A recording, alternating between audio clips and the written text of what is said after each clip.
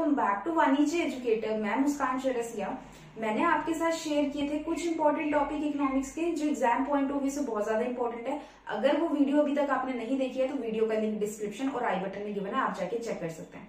आज हम स्टार्ट करेंगे नेशनल इनकम। नेशनल इनकम में 5 मार्क्स का न्यूमेरिकल आएगा जो बहुत ज्यादा इंपॉर्टेंट है। उसके कुछ फॉर्मूलाज हैं, आज हम फॉर्मूलाज को रिवाइज करेंगे। फॉर्मूलाज देखेंगे किस तरीके से फॉर्मूलाज ड्राइव होंगे और फॉर्मूलाज के थ्रू किस तरीके से न्यूमेरिकल्स हम कर सकते हैं। तो बिना टाइम वेस्ट करे हम चलते हैं सीधा अपने टॉपिक पे। सबसे पहले मैं आपको कंसेप्ट बताती हूँ ग्रोस का और नेट का। हमारे पास सबसे पहला कंसेप्ट होता है ग्रोस एंड नेट का कंसेप्ट। अगर आपको ग्रोस और नेट का कंसेप्ट याद रखना है तो सबसे इजी तरीका क्या है, आपको ध्यान होगा ट्रेडिंग अकाउंट जो हमने क्लास +1 में अकाउंटेंसी में किया था। जब हमारे पास ग्रोस प्रॉफिट आता था हम लोग उसमें से डेप्रिसिएशन डिडक्ट कर देते थे तो हमारे पास क्या निकल के आ जाता था, नेट प्रॉफिट निकल के आ जाता था। उसी तरीके से ग्रोस और नेट का कंसेप्ट है, ग्रोस वैल्यू में से जब मैं डेप्रिसिएशन डिडक्ट कर दूंगी तो मेरे पास नेट वैल्यू निकल के आ जाएगी। इसी तरीके से अगर मुझे नेट से ग्रोस जाना है तो नेट वैल्यू में मैं ऐड कर दूंगी डेप्रिसिएशन तो मेरे पास क्या निकल के आ जाएगा, ग्रोस वैल्यू निकल के आ जाएगी। नेक्स्ट हमारा जो कंसेप्ट आता है वो आता है डोमेस्टिक और नेशनल का कंसेप्ट। डोमेस्टिक एंड नेशनल का कंसेप्ट निकल के आता है।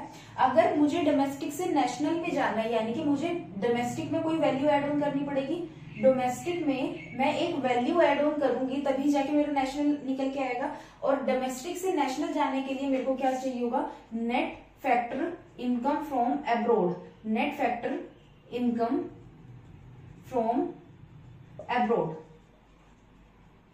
इज इक्वल टू हमारे पास क्या निकल के आ जाएगा, नेशनल वैल्यू निकल के आ जाएगी। तो डोमेस्टिक से नेशनल पे जाने के लिए हमें ऐड ऑन करना पड़ेगा net factor income from abroad. इसी तरीके से नेशनल से अगर मेरे को डोमेस्टिक पे जाना पड़ेगा तो मैं डिडक्ट कर दूंगी net factor income from abroad. तो मेरे पास क्या निकल के आ जाएगा, डोमेस्टिक का कंसेप्ट निकल के आ जाएगा, डोमेस्टिक वैल्यू निकल के आ जाएगी। Net factor income from abroad का भी अपना एक फॉर्मूला होता है। Net factor income from abroad का फॉर्मूला होता है factor income earned by our resident from rest of the world. मतलब कि हमारी कंट्री के पर्सन ने, हमारी कंट्री के रेसिडेंट ने कहीं से भी, किसी भी कंट्री से जितना भी अर्न किया है, जितनी भी इनकम अर्न करी है उसमें से हम डिडक्ट कर देंगे factor income earned by non resident from our country. हमारी कंट्री से जितना भी किसी भी एनआरआई ने अर्न किया वो अगर अमाउंट में डिडक्ट कर दूंगी, जो अमाउंट हमारी कंट्री के रेसिडेंट दूसरी कंट्री से अर्न करके ला रहे हैं, तो मेरे पास क्या निकल के आ जाएगा, net factor income from abroad निकल के आ जाएगा। वो हमें यहाँ पे डिडक्ट करना होगा। नेक्स्ट आता है हमारा थर्ड पॉइंट। थर्ड हमारा जो कंसेप्ट होता है वो होता है factor cost and market price का कंसेप्ट। तो इस कंसेप्ट को आप इस तरीके से ध्यान रख सकते हैं, ये है कॉस्ट, ये है प्राइस। आपको ये चीज पता होगी, कॉस्ट से अगर मुझे प्राइस तक पहुंचना है तो बीच में मेरे पास क्या एक अमाउंट आती है, वो होती है हमारा इनडायरेक्ट टैक्सेस का। तो इनडायरेक्ट टैक्सेस अगर मैं कॉस्ट में ऐड कर दूंगी तो मेरा वो क्या बन जाएगा, मार्केट प्राइस बन जाएगा। मार्केट प्राइस क्यों, क्योंकि कॉस्ट क्या होती है हमारी लागत, प्राइस क्या होती है जिस अमाउंट में हमारा सामान क्या होता है, बिकता है। तो सबसे पहले हमारे पास क्या है कंसेप्ट फैक्टर कॉस्ट का। अगर मेरे को फैक्टर कॉस्ट से मार्केट प्राइस बनाना है तो मैं क्या करूंगी, ऐड कर दूंगी नेट इनडायरेक्ट टैक्सेस।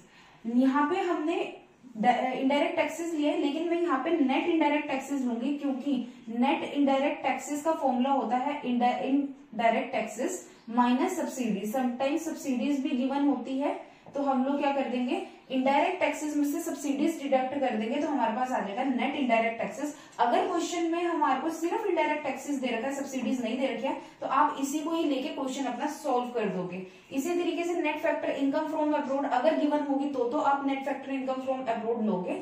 नहीं अगर आपको गिवन होगी तो factor income earned by our resident from the rest of the world दिया होगा तो आप उससे भी क्वेश्चन क्या करोगे, सॉल्व कर दोगे। इसी तरीके से अगर मेरे को मार्केट प्राइस से फैक्टर कॉस्ट पे पहुंचना है तो मैं क्या करूंगी, यहां से मार्केट प्राइस में से लेस कर दूंगी नेट इनडायरेक्ट टैक्सेस, तो मेरे पास क्या निकल के आ जाएगा, फैक्टर कॉस्ट निकल के आ जाएगा। ये तो थे भी हमारे कुछ 3 कंसेप्ट जिसके बेसिस पे हम क्या करेंगे, अपनी नेशनल इनकम निकालेंगे। नेशनल इनकम आगे तीन मेथड्स हैं जिससे हम नेशनल इनकम को कैलकुलेट करते हैं। तो वो 3 मेथड्स कौन कौन से पहले हम वो देखते हैं। नेशनल इनकम के 3 मेथड्स हैं और एक चीज ध्यान रखना, तीनों के तीनों मेथड्स के थ्रू जो वैल्यू निकल के आएगी यानी कि जो अमाउंट निकल के आएगी वो सेम होगी। मतलब आपको अगर क्वेश्चन दे रखा है, क्वेश्चन में बहुत सारी अलग अलग आइटम्स दे रखी हैं, आप उन आइटम्स में से सबसे पहले तो देखो कि हैंडफुल आइटम्स कौन सी है, कौन से मेथड के थ्रू हो सकती है, तो आप उस मेथड को लो, उस मेथड के थ्रू अपना क्वेश्चन सॉल्व करो। अगर आप प्रोडक्ट मेथड से एक कोई क्वेश्चन कर रहे हैं, चाहे आप इनकम मेथड से करो, चाहे आप एक्सपेंडिचर मेथड से करो, आंसर सबका सेम आना चाहिए, तभी आपका आंसर जो होगा वो ठीक होगा। अदरवाइज अगर तीनों मेथड से आंसर अलग अलग आ रहा है तो इट मीन्स कि आपके क्वेश्चन में कहीं ना कहीं गलती है। तो हमारे 3 मेथड होते हैं। सबसे पहला मेथड होता है हमारा प्रोडक्ट मेथड। प्रोडक्ट मेथड भी बोलते हैं इसको, वैल्यू एडेड भी बोलते हैं, वैल्यू एडेड भी बोलते हैं, और साथ में इसको वैल्यू एडिशन भी बोलते हैं। बहुत सारे इसके नाम हैं। वैल्यू एडिशन मेथड, ये इस मेथड का फॉर्मूला क्या रहता है, सबसे पहले हमारा फॉर्मूला होता है value of output minus intermediate consumption. Value of output minus intermediate consumption. Intermediate consumption क्या होता है, जो भी प्रोडक्ट हम बना रहे हैं और उस पे प्रोडक्ट पे जितने भी हमारे इनडायरेक्ट कॉस्ट आ रही है वो सारी की सारी होती है इंटरमीडिएट कंजम्पशन होती है हमारी, यानी कि जैसे कि हमारी फैक्टर कॉस्ट हो गई, वो सारी की सारी इंटरमीडिएट कंजम्पशन में आएगी। और वैल्यू ऑफ आउटपुट क्या होता है हमारे सेल्स। सेल्स में मैं ऐड कर दूंगी change in stock, change in stock में ऐड कर दूंगी तो मेरे पास क्या आ जाएगा value of output. Value of output क्या है, हमारा टोटल आउटपुट का प्राइस है, यानी कि टोटल प्राइस हमारा जो है वो वैल्यू ऑफ आउटपुट है। इसमें से इंटरमीडिएट कंजम्पशन यानी कि कितने के बीच में लागत है, अगर आप वो डिडक्ट कर दोगे तो आपके पास वैल्यू एडिशन निकल के आ जाएगा। अब मैं इंटरमीडिएट कंजम्पशन क्यों डिडक्ट कर रही हूँ, क्योंकि अगर मैंने इंटरमीडिएट कंजम्पशन ऐड कर दिया तो वो डबल टाइम काउंट हो जाएगा, जिस वजह से मेरा आंसर क्या होगा, ठीक नहीं आएगा। जैसे कि मेरी एक सपोज एक हमारे कपड़े का काम है, एक कपड़ा है हमारा 1000 रुपए का और उसको बनाने की लागत आई है 600 रुपए, तो अगर मैं 600 रुपए ऐड कर दूंगी तो अल्टीमेटली मेरा जो प्रोडक्ट होगा, प्रोडक्ट का जो प्राइस है वो क्या हो जाएगा, गलत हो जाएगा। तो इसीलिए हमने क्या किया, 1000 रुपीज में से माइनस कर दिया 600 रुपीज, तो 400 रुपीज का हमारा क्या गया, वैल्यू एडिशन की। हमारे जो प्रोडक्ट को बनने में कितने की लागत आई है वो है 400 रुपए, तो वो हमारा क्या हो जाएगा, टोटल प्रोडक्ट हो जाएगा। वही हमारी सेल्स है। चेंज इन स्टॉक क्या होता है, change in stock is equal to opening stock minus closing stock. अगर आपको स्टॉक गिवन होगा ओपनिंग और क्लोजिंग, तो ओपनिंग माइनस क्लोजिंग कर दोगे तो वो आपका आ जाएगा चेंज इन स्टॉक। और अगर आपको चेंज इन स्टॉक क्वेश्चन में नहीं गिवन है, सेल्स को ही लेके आप क्वेश्चन कर दीजिए। तो इन आप वैल्यू ऑफ आउटपुट में से इंटरमीडिएट कंजम्पशन निकाल दोगे तो आपके पास टोटल क्या आ जाएगा, जीडीपी एमपी निकल के आ जाएगा इस फॉर्मूला के थ्रू। लेकिन हमारे को अगर नेशनल इनकम निकालनी है, नेशनल इनकम का फॉर्मूला होता है एनएनपीएफसी। एनएनपीएफसी, तो मेरे को जीडीपी एमपी को एनएनपीएफसी बनाना है, तो मैं कैसे बनाऊंगी, सबसे पहले मैं ग्रोस को नेट में कवर कर दूं, मतलब नेट में कन्वर्ट कर दूं। तो जीडीपी एमपी में से अगर मैं डिडक्ट कर दूंगी डेप्रिसिएशन, तो मेरे पास कितना आगे आ जाएगा, एनडीपी एमपी आ जाएगा। अब मैंने ग्रोस को तो नेट में कवर कर दिया, यानी कि कन्वर्ट कर दिया। डोमेस्टिक को मैं नेशनल में ले जाऊं, डोमेस्टिक को नेशनल बनाने के लिए, क्योंकि यहाँ पे हमारे पास क्या आ रहा है, एनडीपी एमपी, तो एनडीपी एमपी को अगर मुझे एनएनपी एमपी बनाना है, यानी कि डोमेस्टिक को नेशनल में कन्वर्ट करना है, तो मैं क्या करूंगी, माइनस कर दूंगी, नेट ऐड कर दूंगी net factor income from abroad. तो मेरे पास डोमेस्टिक का कंसेप्ट नेट में नेशनल में कन्वर्ट हो जाएगा।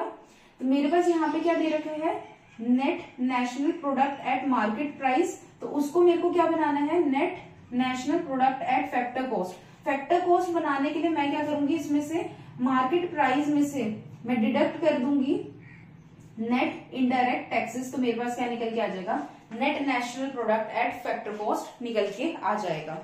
नेक्स्ट मेथड आता है हमारा इनकम मेथड।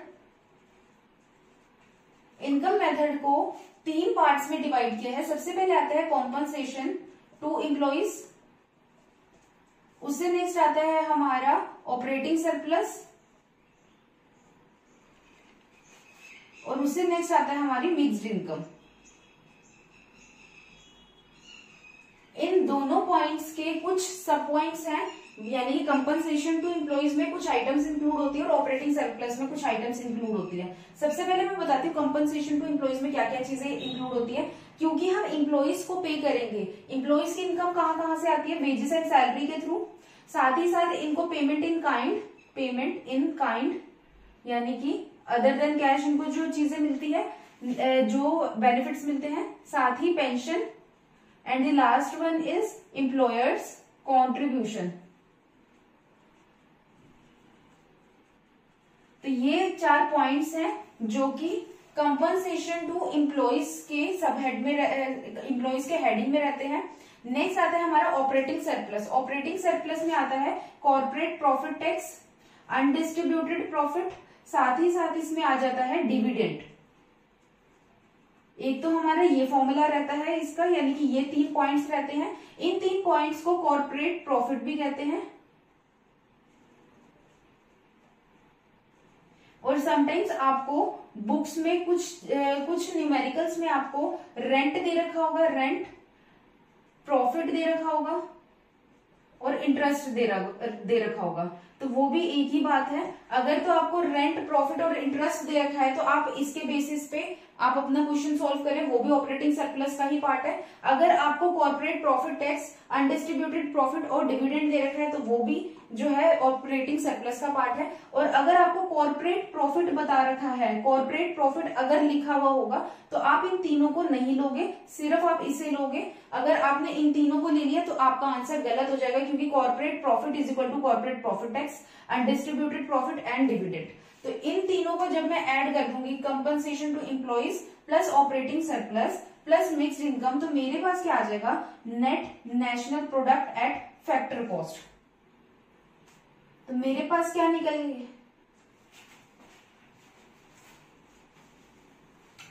जब मैं इन तीनों को ऐड कर दूंगी तो मेरे पास निकल के आ जाएगा net domestic product at factor cost. और net domestic product at factor cost को अगर मुझे net national product at factor cost में लेके जाना है, डोमेस्टिक को नेशनल में, तो मैं ऐड कर दूंगी net factor income from abroad. तो मेरे पास क्या निकल के आ जाएगा, net national product at factor cost. ये है हमारा इनकम मेथड। इनकम मेथड में सिर्फ compensation to employees, operating surplus और मिक्स्ड इनकम जो है, तीनों चीजें ऐड होंगी। हमारे पास एनडीपीएफसी निकल के आ जाएगा, उसमें हम ऐड कर देंगे net factor income from abroad, तो हमारे पास क्या निकल के आ जाएगा, net national product at factor cost. Last method होता है हमारा एक्सपेंडिचर मेथड। एक्सपेंडिचर्स हमारे किस किस तरीके के होते हैं, 2 लोग एक्सपेंडिचर करते हैं, एक तो गवर्नमेंट एक्सपेंडिचर होता है, एक होता है फाइनल एक्सपेंडिचर।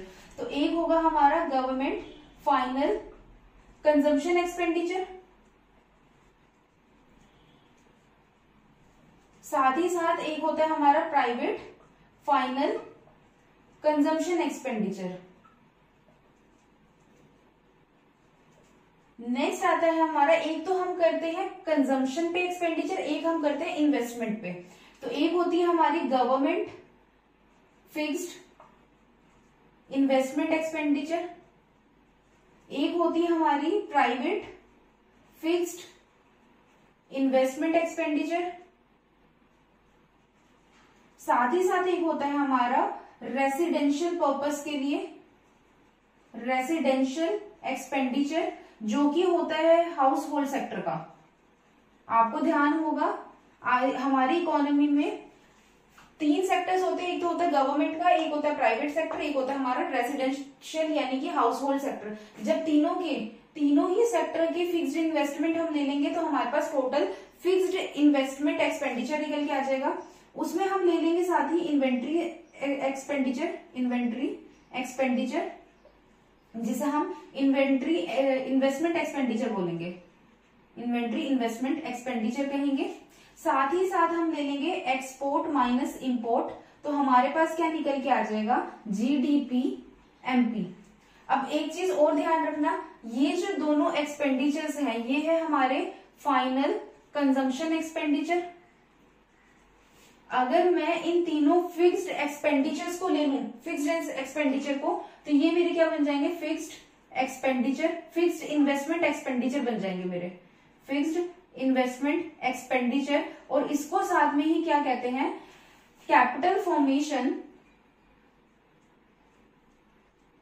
इसी को ही साथ में कहते हैं फिक्स्ड कैपिटल फॉर्मेशन।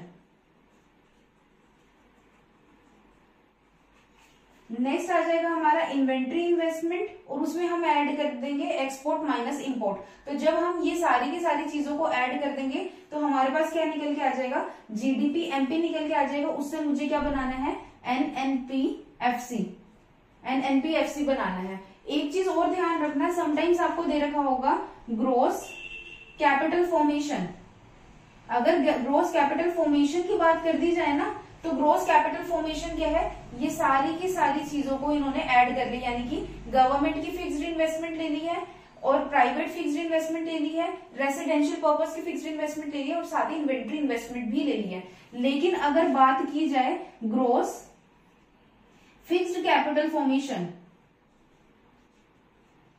तो इसका मतलब क्या है, ये फिक्स्ड कैपिटल फॉर्मेशन ये सिर्फ और सिर्फ ये 3 फिक्स्ड इन्वेस्टमेंट है उसको इंक्लूड कर रखा है। तो अगर आपको ग्रोस कैपिटल फॉर्मेशन भी दे रखी है और फिक्स्ड कैपिटल फॉर्मेशन भी दे रखी है, तो आप ग्रोस फिक्स्ड कैपिटल फॉर्मेशन ना लेके ग्रोस कैपिटल फॉर्मेशन से अपना क्वेश्चन करेंगे। और अगर आपको ये दे ही नहीं रखी है तो आप डायरेक्टली इससे अपना क्वेश्चन को सॉल्व कर लेंगे। तो ये हमारा फॉर्मूला था, जीडीपी एमपी से एनएनपीएफसी बनाना है हमारे को। तो मैं क्या करूंगी, जीडीपी एमपी में से सबसे पहले तो डिडक्ट कर दूंगी डेप्रिसिएशन। तो मेरे पास क्या निकल के आ जाएगा, एनडीपी एमपी निकल के आ जाएगा। अब मैं एनडीपी एमपी में से अगर मैं डिडक्ट कर देती हूँ indirect taxes, indirect taxes deduct कर देती हूँ, यहाँ पे मेरे पास क्या निकल के आ जाएगा, एनडीपीएफसी। एनडीपीएफसी में से एनडीपीएफसी में अगर मैं ऐड कर देती हूँ net factor income from abroad, तो मेरे पास क्या निकल के आ जाएगा, एनएनपीएफसी। और ये मेरा क्या आ जाएगा, नेशनल इनकम निकल के आ जाएगी एक्सपेंडिचर मेथड के थ्रू। तो ये 3 मेथड्स है, इन 3 मेथड्स के थ्रू अगर आपको ये तीनों के तीनों मेथड्स के अंदर का सारा मटेरियल अच्छे से क्लियर है, तो आप इसके थ्रू अपनी अमाउंट्स को पुट करके कोई भी आंसर इजीली निकाल सकते हो। अगर आपको ये वीडियो अच्छी लगे तो लाइक शेयर और कमेंट जरूर करना। आप क्वेश्चंस ट्राई करके देखो, अगर आपको नहीं समझ में आते हैं तो मैं आपकी हेल्प करूंगी, आप मुझे एक बार कमेंट कर देना, मैं आपको इजीली बता दूंगी। Thank you.